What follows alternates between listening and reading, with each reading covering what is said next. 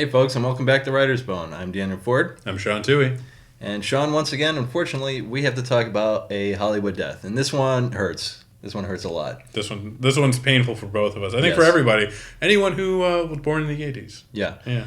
Harold Ramis, the writer, director, actor, everything. He was just everything in Hollywood.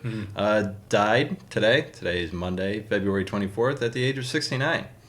So, Sean, you're more of a screenwriter than you are, a novelist or anything like that. So what movie of his that he wrote or directed is your favorite? That's really hard. Writing-wise, the best was Animal House. It is just a classic. It is everything that is comedy now, like college humor. I mean, without that, you don't have National Lampoon, you don't have Van Wilder, you don't have any of those things. Old school. Old school, yeah. It's because of, Animal House. As a director, Caddyshack. I think Caddyshack is one of my favorites. One, growing up near Fort Lauderdale where it was filmed, so I know the area. Right. Two, it's a funny movie. It has so many quotable lines. It's just so quotable. Yeah. So he really there's just humor. It was that right list of goofiness, silliness, and slapstick all put together. It did so well. Right. But how about you? What was your... as an actor, if you saw him on screen, what's it like? That's what you kind of... he's Egon. I was a Ghostbusters nut. He's Egon to me. His timing in those movies are amazing. He was so I'm trying to think of the words here. I mean, that voice. He had a very distinct voice. Yeah. And he didn't say a lot, and everything was really staccato, and, kind of like, I'm a big nerd, and, I'm going to explain things a certain way. Yeah.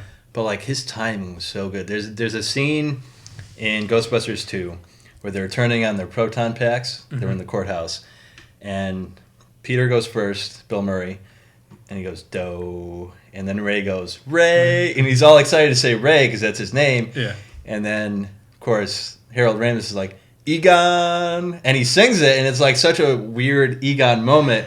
And then there's a moment of silence, and Bill Murray just looks at him, and he's just got this smirk. He's like, as I said, that look He's just got this look, and it's yes.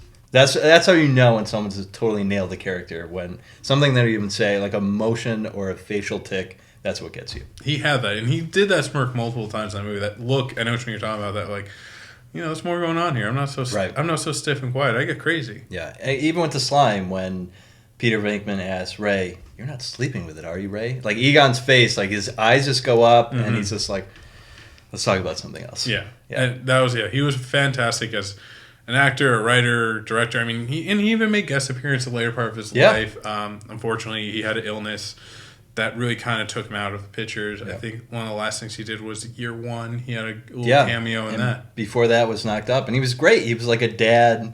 Yeah. He was a father figure to Seth Rogen, and they were kind of following in the vein of comedy that he started. Yeah. Oh yeah. That type of humor. Again, you wouldn't have a movie like Superbad if it wasn't for Animal House. It wasn't for Caddyshack. Exactly. Right. Those movies would never happen.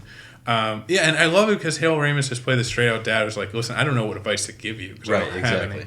Yep. He was fantastic. Unfortunately, later part of his life, got sick, couldn't do anything. But I'll have to say this, guy was telling jokes up until the end because he died at the age of 69, which is still the funniest number to go out on.